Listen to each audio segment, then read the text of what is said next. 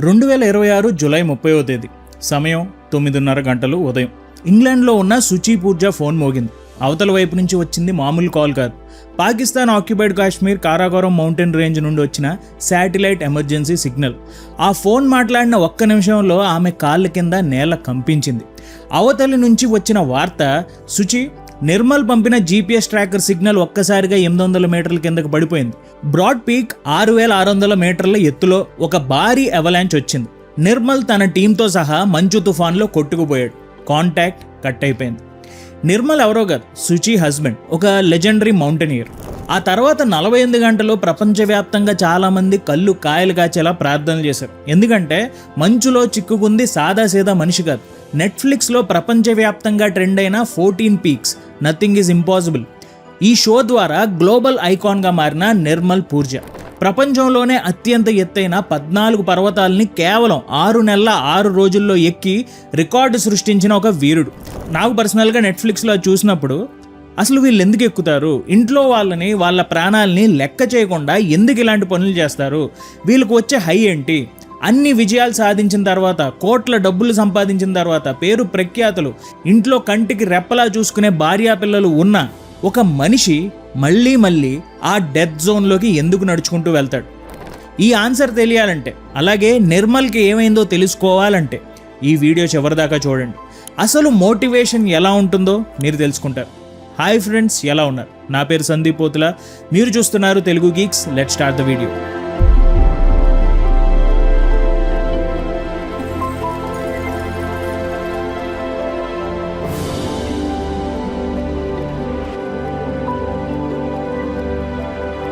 (1984) Bachendri Pal Everest శిఖరాన్ని అధిరోహించిన తొలి భారతీయ మహిళగా చరిత్ర సృష్టించింది. ఉత్తరాఖండ్లోని ఒక చిన్న గ్రామం నుంచి వచ్చిన ఈమె MA డిగ్రీ పూర్తి చేశాక ఒక మంచి టీచర్ ఉద్యోగం వదిలేసి మౌంటైనీరింగ్ వైపు అడుగులేసింది. ఎవరెస్ట్ ఎక్కిన తర్వాత ఆమె సాధించిన రికార్డుల కంటే గొప్ప విషయం ఏంటో తెలుసా? ఆమె తన మిగిలిన జీవితాన్నంతా మరికొంతమంది మౌంటైనీర్స్ని తయారు చేయడానికి పెట్టుకుంది. అప్పుడు ఆమెకి దొరికిన ఒక అద్భుతమే అరుణిమా సిన్హా. 2011 అరుణిమ లక్నో నుంచి ఢిల్లీకి రైల్లో ప్రయాణిస్తుంది. ఆమె ఒక నేషనల్ లెవెల్ వాలీబాల్ ప్లేయర్. రైల్లో కొందరు దొంగలు ఆమె మెడలోని గోల్డ్ చైన్ని లాక్కోవడానికి ట్రై చేశారు.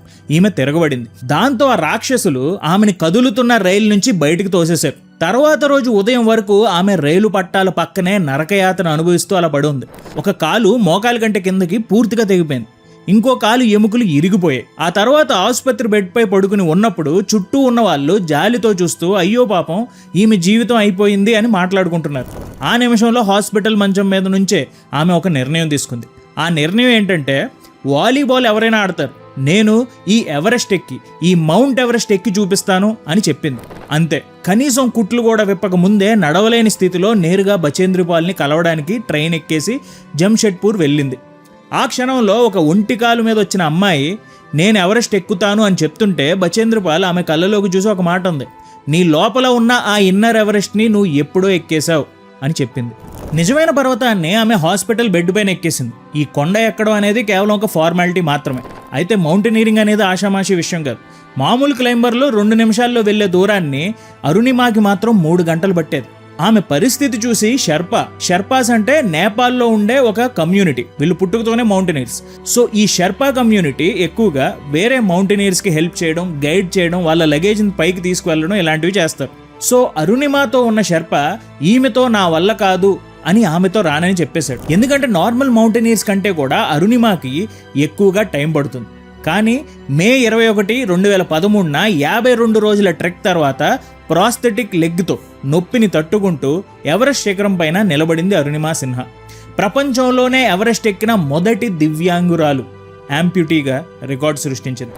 ఆ తర్వాత ఆమె చెప్పిన ఒక్క మాట ఏంటంటే, a person is handicapped from the body, not the mind. మనిషి శరీరానికి అంగవైకల్యం ఉండొచ్చు కానీ మనిషి మైండ్కి అంగవైకల్యం లేదు అని చెప్పింది. సరిగ్గా ఇదే పాయింట్ని మనం అష్టావక్రుని కథలో కూడా చెప్పుకున్నాం. 1975 జపాన్. ఒక స్త్రీ ఎవరెస్ట్ పర్వతాన్ని ఎక్కాలి అని అనుకుంది. ఆమె పేరు జుంకో తాబే. జుంకో తాబే ఎత్తు కేవలం 4 అడుగుల 9 అంగుళాలు. అప్పటికే ఆమెకు ఒక చిన్న కూతురు కూడా ఉంది. ఆ రోజుల్లో జాపనీస్ సొసైటీ ఎలా ఉండేదంటే, ఆడవాళ్ళు ఇంట్లో పనులు చూసుకోవాలి, టీలు అందించాలి, ఇంట్లో పిల్లలను చూసుకోవాలి, ఇదే పని. ఆమె తన ఆల్ ఉమెన్ టీంతో కలిసి స్పాన్సర్ల దగ్గరికి వెళ్తే ముఖం మీద నవ్వేశారు. మీరు పర్వతాలు ఎక్కడో ఏంటి, ఇంట్లో కూర్చుని పిల్లలు చూసుకోండి అని సలహాలు ఇచ్చారు. ఆమె వెనక్కి తగ్గలేదు. డబ్బుల కోసం పార్ట్ టైం పిల్లలకి పియానో పాఠాలు చెప్పింది. పాత కర్టెన్స్ కట్ చేసి తానే సొంతంగా క్లైంబింగ్ ప్యాంట్లను కుట్టుకుంది.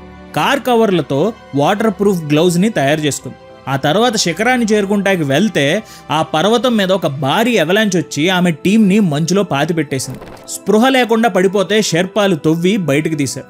ఆ దెబ్బతిన్న 12 రోజుల తర్వాత మే 16, 1975న జుంకో తాబే ఎవరెస్ట్ శిఖరం పైన నిలబడింది. చరిత్రలోనే ఎవరెస్ట్ ఎక్కిన మొదటి మహిళగా నిలిచింది. ఆ తర్వాత ఆమె చెప్పిన మాట ఏంటో తెలుసా? Technique and ability alone do not get you to the top. It is the willpower that is most important. కేవలం టెక్నిక్, సామర్థ్యం మిమ్మల్ని పర్వతం పైకి తీసుకెళ్ళవు. మీ లోపల ఉన్న ఆ సంకల్ప శక్తి, విల్ పవర్ మాత్రమే మిమ్మల్ని నిలబెడుతుంది. ఆ సంకల్ప శక్తిని నువ్వు డబ్బుతో కొనలేవు, ఎవరు నీకు బహుమతిగా ఇవ్వలేరు. అది మీ లోపల నుంచి రావాల్సిందే. అనుకున్నది సాధించాలనుకునే మనకి ఇది చాలా ముఖ్యమైన లెసన్. మన తెలుగు గీక్స్ 2017లో స్టార్ట్ అయింది. స్టార్ట్ చేసిన కొత్తల్లో చాలా అన్సర్టనిటీ ఉండేది. ఏమవుద్ది, ఎలా చేస్తాం, అసలు రెవెన్యూ ఎలా ఉంటుంది, ఇలా చాలా ఆలోచనలతో ముందుకు వెళ్ళలేకపోయేవాళ్ళం. కానీ మా అన్నయ్య, ఆ లోగోలో మీరు చూసారా, అది మా అన్నయ్య. He's the founder of Telugu Geeks. ఆయన ఇచ్చిన ధైర్యంతో, ఆయనకున్న విల్ పవర్తో మేము ముందుకు వెళ్ళాం.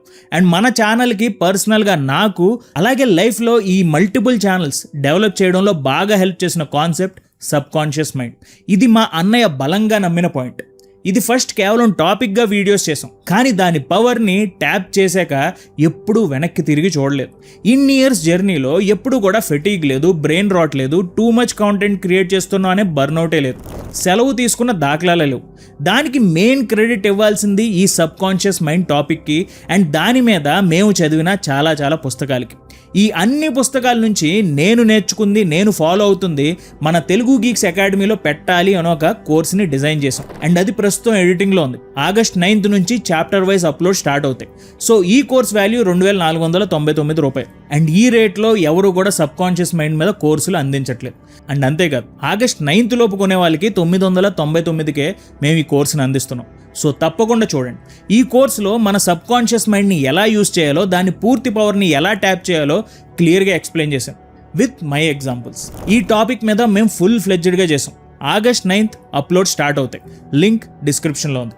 Moving to the main point of the video. ఇప్పుడు నేను చెప్పబోయే వ్యక్తి ఈ లిస్టులోనే అత్యంత విచిత్రమైన క్లైంబర్. ఎందుకంటే ఆయన సాధించిన విజయాల కంటే కూడా ఆయన వెనక్కి వచ్చేసిన సందర్భాల వల్లే ఆయన వరల్డ్ ఫేమస్ అయ్యాడు. అతని పేరే ఎడ్ వీస్టర్స్. ఎడ్ వీస్టర్స్ ఒక అమెరికన్ మౌంటైనర్. ఆయన కూడా ఆక్సిజన్ సిలిండర్ లేకుండా 14 అత్యంత ఎత్తైన పర్వతాలని ఎక్కాడు. దానికి అతనికి పట్టింది 18 ఏళ్ళు. 18 ఏళ్ళు ఎందుకు పట్టిందో తెలుసా? ఎందుకంటే అతను పదే వెనక్కి తిరిగి వచ్చేసాడు కాబట్టి. ఎవరెస్ట్ మీద శిఖరానికి కేవలం కొన్ని 100 మీటర్ల దూరంలో ఉన్నప్పుడు వెనక్కి వచ్చేసాడు.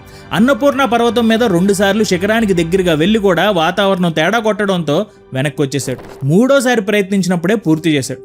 ఒకసారి ఊహించుకోండి, మీరు మీ జీవితంలో చాలా నెలల సమయాన్ని, లక్షల డబ్బుని ఖర్చు పెట్టి పర్వతం ఎక్కారు. శిఖరం మీ కంటి ముందే ఉంది, ఇంకో గంటలో మీరు చేరుకోవచ్చు. కానీ వాతావరణం సరిగ్గా లేదని తెలిసి మీరు వెనక్కి తిరిగి కిందకు వచ్చేయడం ఎంత కష్టంగా ఉంటుందో మీకు అర్థమవుతుందా? అయితే ఈయన ఇన్నిసార్లు తిరిగి వచ్చేసిన ఆయన మౌంటైనీరింగ్ చరిత్రలోనే ఒక అద్భుతమైన లైన్ని చెప్పాడు. అదేంటంటే, getting to the top is optional, getting down is mandatory. Ed Viesturs. Everest శిఖరాన్ని చేరుకోవడం ఒక ఆప్షన్ మాత్రమే, కానీ సురక్షితంగా కిందకి రావడం మ్యాండేటరీ. తప్పదు, కిందకి జాగ్రత్తగా రావాల్సిందే. అతని తరంలో చనిపోకుండా బ్రతికి ఉన్న అతి కొద్ది మంది క్లైంబర్లో ఎడ్ వీస్టర్స్ ఒకడు. దానికి కారణం ఏంటంటే, పర్వతం మీద ఎక్కువ ప్రమాదం వాతావరణం వల్ల రాదు, మనుషుల నిర్ణయాల వల్ల వస్తుందని ఆయన బలంగా నమ్మాడు. శిఖరాన్ని ఎలాగైనా ఎక్కాలనే పిచ్చితో చాలామంది వెనక్కి రావాల్సిన సమయంలో మొండిగా ముందుకెళ్ళి ప్రాణాలు పోగొట్టుకుంటారు. మన జీవితంలో జరిగే 90% నష్టాలు దురదృష్టం వల్ల రావు, సరైన సమయంలో వెనక్కి తగ్గకపోవడం వల్ల వస్తాయి.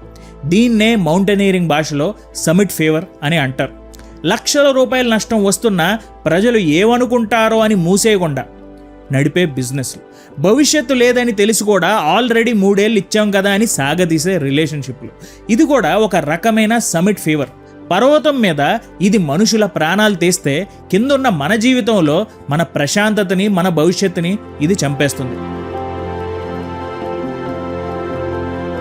ఇప్పుడు మనం మాట్లాడబోయే కథ మన తెలంగాణ నేలకి సంబంధించిన కథ. నిజామాబాద్ జిల్లాలోని పాకల అనే ఒక చిన్న గ్రామం. రేకుల కప్పున్న ఒక చిన్న ఇల్లు. నెలకి కొన్ని వేల రూపాయల కోసం రోజంతా పొలాల్లో చెమట చిందించే తల్లిదండ్రులు. వాళ్లతో పాటు పొలం పనులకు వెళ్తూ తాగునీటి కోసం కిలోమీటర్లు నడిచే ఒక చిన్నపిల్ల. ఆమె పేరే మలావత్ పూర్ణ. తెలంగాణ సోషల్ వెల్ఫేర్ రెసిడెన్షియల్ స్కూల్స్లో చదువుతున్న నిరుపేద పిల్లల కోసం ఒక మౌంటైనీరింగ్ ప్రాజెక్ట్ని పెట్టారు. దాంట్లో ఈమె సెలెక్ట్ అయింది. అంతవరకు ఆమె తన జీవితంలో కనీసం ఒక చిన్న కొండను కూడా చూడలేదు. కానీ కేవలం 8 నెలల కఠినమైన శిక్ష తర్వాత మే 25, 2014న సరిగ్గా 13 ఏళ్ల 11 నెలల వయసులో మలావత్ పూర్ణ ఎవరెస్ట్ శిఖరం పైన నిలబడింది.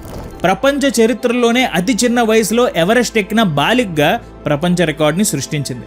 ఇక్కడ ఒక ముఖ్యమైన విషయం ఏంటంటే, నేపాల్ ప్రభుత్వం 16 ఏళ్ల కంటే చిన్నపిల్లలకి ఎవరెస్ట్ ఎక్కడానికి పర్మిషన్ ఇవ్వదు. అందుకే పూర్ణని టిబెట్ వైపు నుంచి చాలా కష్టమైన ప్రమాదకరమైన మార్గం నుంచి ఎవరెస్ట్ ఎక్కారు. ఆ కొండ ఎక్కుతున్నప్పుడు దారిలో గడ్డకట్టుకుపోయిన మౌంటైనీర్ల శవాలను దాటుకుంటూ వెళ్లాల్సి వచ్చింది. 13 ఏళ్ల ఒక చిన్న పిల్ల తన కళ్ళ ముందే ఈ శవాలను చూస్తూ భయాన్ని దిగమింగుకుని ముందుకు వెళ్ళింది. ఆ నిమిషంలో ఆమెను ముందుకు నడిపించిన ఒకే ఒక్క మాట ఏంటో తెలుసా? I will not turn back until I succeed. నేను గెలిచేంత వరకు వెనక్కి తిరిగేది లేదు. ఆమె ఎవరెస్ట్తో ఆగలేదు. ఆఫ్రికా, యూరోప్, సౌత్ అమెరికా, అలాగే అంటార్కిటికా, ఇలా 2022 నాటికి ప్రపంచంలో ఉన్న 7 కాంటినెంట్స్లో 7 సమిట్స్ పైన ఆమె జెండా పాతేసింది. తెలంగాణలోని ఒక పేద గిరిజన కూలీ బిడ్డ ఈరోజు ఆకాశాన్ని తాకి నిలబడింది. ఇంట్రోలో మనం మాట్లాడుకున్న మౌంటైనీర్ నిర్మల్ పూర్జా అవలాంచ్లో చిక్కుకున్నాడని ప్రపంచానికి వార్త తెలిసింది. ఈలోపు చాలామంది అతను చనిపోయాడని చెప్పడం మొదలుపెట్టేశారు. తన వైఫ్ భయంతోనే న్యూస్ ఛానల్ ముందు కూర్చుంది. అండ్ August 1న సర్చ్ పార్టీ కన్ఫర్మ్ చేసింది, నిర్మల్ పూర్జా తనతో పాటు వెళ్ళిన టీం మొత్తం అందరూ కూడా చనిపోయారు అని. అసలు నిర్మల్ పూర్జా ఎందుకు ఇలా చేశాడు? ఎందుకు నిర్మల్కి ఇది అవసరం? ఇది మీరు తెలుసుకోవాలంటే మనం నిర్మల్ పూర్జా జీవితంలోకి వెళ్ళాలి. ఎందుకంటే ఆయన కథలోనే ఈ ప్రశ్నకు సగం సమాధానం దొరుకుతుంది. నేపాల్లోని ఒక నిరుపేద కుటుంబంలో పుట్టాడు నిర్మల్. అతనేమీ షెర్పా కుటుంబానికి చెందినవాడు కూడా కాదు. వాళ్ళ పేరెంట్స్ మౌంటైనీర్లు కూడా కాదు. బ్రిటిష్ ఆర్మీకి చెందిన గూర్ఖా బ్రిగేడ్లో సైనికుడిగా చేరి రాయల్ నేవీకి చెందిన అత్యంత కష్టమైన స్పెషల్ బోట్ సర్వీస్ ఇందులో కమాండోగా 16 ఏళ్ళు పనిచేశాడు. అత్యంత ఆశ్చర్యకరమైన విషయం ఏంటో తెలుసా? నిర్మల్ తన 30 ఏళ్ల వయసు వచ్చే వరకు కూడా మౌంటైనీరింగ్ జోలికి వెళ్ళలేదు. కానీ 2019లో అతను ఒక ప్రాజెక్ట్ ప్రకటించాడు. ప్రపంచంలో ఉన్న మౌంటైనీర్స్ అందరూ ఇది అసాధ్యం, చావడానికి వెళ్తున్నాడు అని కొట్టిపారేశాడు. అదే ప్రాజెక్ట్ పాసిబుల్. ప్రపంచంలోనే అత్యంత ప్రమాదకరమైన 8,000 మీటర్ల కంటే ఎత్తైన 14 పర్వతాలని కేవలం 7 నెలల్లో ఎక్కాలి. దీనికి ముందున్న రికార్డ్ ఏంటంటే 7 ఏళ్ళలో ఎక్కారు. ఈ ప్రాజెక్ట్ కోసం అతను ఏం చేశాడో తెలుసా? తన సొంత ఇల్లుని తాకట్టు పెట్టేశాడు. ఒకసారి ఆలోచించండి, ప్రపంచంలో ఉన్న ఎక్స్పర్ట్స్ అందరూ కూడా చనిపోతామని బహిరంగంగా హెచ్చరిస్తున్న ఒక పిచ్చి ప్రాజెక్ట్ కోసం ఒక మనిషి తన ఇంటిని, తన జీవిత సంపాదనని పందెంగా పెట్టేశాడు. ఫలితం అతను ఆ 14 పర్వతాలని 7 నెలల్లో కాదు 6 నెలల 6 రోజుల్లో అధిరోహించి ప్రపంచాన్ని షాక్ చేశాడు. ఇంటర్వ్యూర్లు అడిగారు, నిర్మల్ నీకు ఇంతటి ఆత్మవిశ్వాసం ఎక్కడి నుంచి వచ్చింది అని. దానికి నిర్మల్ ఆర్మీ ఫిట్నెస్ గురించి చెప్పలేదు, టెక్నిక్ గురించి చెప్పలేదు. అతను కేవలం ఒకటే పదాన్ని మళ్ళీ మళ్ళీ చెప్పాడు, I knew I could do it because I had to. నాకు తెలుసు నేను ఇది చెయ్యాలని, ఎందుకంటే నేను చేసి తీరాల్సిందే, తప్పదు, నేను చెయ్యాల్సిందే అని చెప్పాడు. అతను నాకు చెయ్యాలని ఉందని అనలేదు, చెయ్యాల్సిందే, చేసి తీరాల్సిందే అన్నాడు. ఈ ఒక్క మాటని మనం మనసులో పదిలంగా దాచుకోవాలి. మనం కూడా మనం చేసే ఒక పని వెనక కారణం ఏంటో ఆలోచించాలి. తప్పదు, చెయ్యాల్సిందని మీకు అనిపిస్తే ఆ కమిట్మెంట్తో ముందుకు వెళ్ళిపోవాలి. ఇప్పుడు మనం మౌంటైనీరింగ్ ప్రపంచానికి పితామహుడు అన్న ఒక వ్యక్తి కథలోకి వెళ్దాం. అతనే రైన్హోల్డ్ మెస్నర్. 80 ఏళ్ల ఈ ఇటాలియన్ లెజెండ్ చేసిన రికార్డులు చూస్తే మైండ్ బ్లాక్ అవ్వాల్సిందే. 1978లో ఈయన అలాగే పీటర్ హ్యాబ్లర్ కలిసి ఎవరెస్ట్ని ఆక్సిజన్ సిలిండర్ లేకుండా ఎక్కేశారు. ఆ రోజుల్లో డాక్టర్లు ఏమన్నారో తెలుసా? ఆక్సిజన్ లేకుండా అంత ఎత్తుకు వెళ్తే మనిషి చనిపోతాడని, లేదా బ్రెయిన్ డ్యామేజ్ అవుతుందని. కానీ మెస్నర్ దాన్ని సాధించి చూపించాడు. ఆ తర్వాత ఒంటరిగా ఎలాంటి సపోర్ట్ లేకుండా ఎవరెస్ట్ ఎక్కాడు. 14 అత్యంత ఎత్తైన పర్వతాలు అన్నింటినీ అధిరోహించేశాడు. ఈ ఫీట్ సాధించిన మొదటి మనిషిగా ఈయన నిలిచాడు. కానీ మెస్నర్ అసలైన గ్రేట్నెస్ అతను సాధించిన రికార్డుల్లో లేదు. ఆయన పర్వతాల గురించి చెప్పిన ఒక పవర్ఫుల్ మాటలో ఉంది, mountains are not fair or unfair, they are just dangerous. పర్వతాలకి ఏ నీతి నియమాలు ఉండవు, అది మంచివా చెడ్డవే కావు, అవి కేవలం ప్రమాదకరమైనవి అంతే. పర్వతానికి నీ పేరేంటో తెలియదు, నువ్వు ఎంత కష్టపడ్డావో తెలియదు, ఎంత ప్రాక్టీస్ చేసావో తెలియదు, నీ ఇంట్లో నీ కోసం ఎవరు వెయిట్ చేస్తున్నారు దానికి అనవసరం. అది కేవలం ఒక పెద్ద మంచు కొండ అంతే. ఆ తర్వాత మెస్నర్ చెప్పిన మరో కోట్ ఏంటంటే, I claim not to prove how strong I am but to find out how week and how full of fear I am. మనం పర్వతాలు ఎక్కేది మన ప్రతాపం ఏంటో, మనం ఎంత తోపో చూపించడానికి కాదు, మనం ఎంత వీక్ పర్సనాలిటీయో, మనలో ఎంత భయం ఉందో మనం తెలుసుకోవడానికి. మనం అనుకుంటాం జనాలు పర్వతాలు ఎక్కేది ఏదో చూపించాలని, కానీ చరిత్రలోనే అత్యంత గొప్ప క్లైంబర్ అంటున్నాడు, నువ్వు అక్కడ నీ గొప్పతనాన్ని చూడవు, నీ వీక్నెస్ని చూస్తావు. పర్వతం అనేది ఒక ట్రోఫీ కాదు, అది ఒక అద్దం. అలాగే ఈ బ్రాడ్ పీక్ ప్రమాదం జరిగాక మెస్నర్ ఇంటర్వ్యూలో ఒక చెప్పాడు, నువ్వు నీ ప్యాషన్ని ఫాలో అవుతున్నావు ఓకే, కానీ అలా వెళ్తున్నప్పుడు నువ్వు ప్రాణంగా ప్రేమించే నీ కుటుంబానికి నువ్వు స్వార్థపరుడుగా మారుతున్నావు. పర్వతం మీద చావడానికి సిద్ధంగా లేనివాడు ఆ కొండ వైపు అడుగు కూడా వేయకూడదు అని ఆయన చెప్పాడు. ఇప్పుడు మనం వీళ్ళందరి మాటల్లో ఒక ప్యాటర్న్ చూద్దాం. 7 వ్యక్తులు, వేరువేరు దేశాలు, వేరువేరు దశాబ్దాలు, వేరువేరు పర్వతాలు. కానీ నువ్వు ఎందుకు పర్వతం ఎక్కావని ఎవరిని అడిగినా వాళ్ళు చెప్పిన మాటల్లో ఒక విచిత్రమైన కామన్ ప్యాటర్న్ ఉంది. మెస్నర్ ఏమన్నాడు, పర్వతం ఎక్కేది మనలోని భయాన్ని, బలహీనతని తెలుసుకోవడానికి. జుంకో తాబే, విజయాన్ని సాధించే విల్ పవర్ కొనుక్కోలేము, అది మన లోపల నుంచే రావాలి అని ఈవిడంది. ఎడ్ విస్టర్స్, పైకి ఎక్కడం ఆప్షనల్, కిందకి రావడం మెయిన్ డ్యూటీ అని ఆయన చెప్పారు. బచేంద్ర పాల్, అసలైన ఎవరెస్ట్ నీ మనసులో ఉందని చెప్తున్నారు. అలాగే అరుణిమా సిన్హా, అంగవైకల్యం శరీరానికి ఉంటుంది, మనసుకు కాదని చెప్తున్నారు. అలాగే మలావత్ పూర్ణ, గెలిచేంత వరకు వెనక్కి తిరిగేది లేదు అని చెప్తున్నారు. అలాగే నిర్మల్ పూర్జా, నేను దాన్ని సాధించి తీరాలి, ఎందుకంటే అది నేను చేసి తీరాల్సిందే, అదే నా పర్పస్ అని ఆయన చెప్తున్నారు. వీళ్ళలో ఒక్కరు కూడా నేను రికార్డు సాధించడానికి పర్వతం ఎక్కానని చెప్పట్లేదు. ప్రతి ఒక్కరూ పర్వతం గురించి కాకుండా వాళ్ళ లోపల జరిగిన ఒక పరిణామాన్ని మాత్రమే వివరిస్తూ వచ్చారు. 70 ఏళ్ల క్రితమే ఎడ్మండ్ హిలరీ ఒక అద్భుతమైన మాట చెప్పారు, it is not the mountain we conquer but ourselves. మనం జయించేది పర్వతాల్ని కాదు, మనలోని మనల్ని.